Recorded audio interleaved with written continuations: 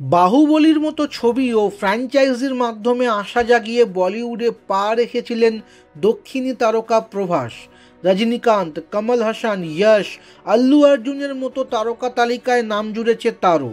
রাতারাতি আন্তর্জাতিক তারকা তকমাও জোটে।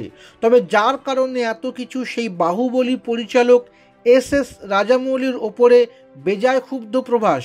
খ্যাতির বিড়ম্বনা হাড়ে হাড়ে টের পাচ্ছেন প্রভাস।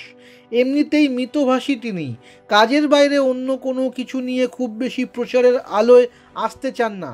কিন্তু বাহুবলীর পর সারা বিশ্বে যে পরিচিতি পেয়েছেন, তার যেমন ভালো দিক রয়েছে, মাঝে মধ্যে তার মূল্যও চোকাতে হচ্ছে প্রভাসকে। সম্প্রতি এক সাক্ষাৎকারে অভিনেতা জানান, ইটালিতে ছুটি কাটাতে গিয়েছিলেন অভিনেতা। ভেবেছিলেন কটা দিন নিভৃতে কাটাবেন, কিন্তু হলো কই, তাকে দেখেই চিনতে পেরে যান অনেকেই। প্রভাসের কথায়, কয়েকজন এসে আমার নাম ধরে ডাকতে থাকেন, তারা ইংরেজিও বলতে পারেন না। অন্য আরেকজন তাদের কথা বুঝে জানান, আমাকে বাহুবলীতে দেখেছেন, তাই দেখা করতে এসেছেন। আমি রাজামৌলির উপর ক্ষুব্ধ, ও আমার গোপনীয়তা নষ্ট করে দিয়েছে।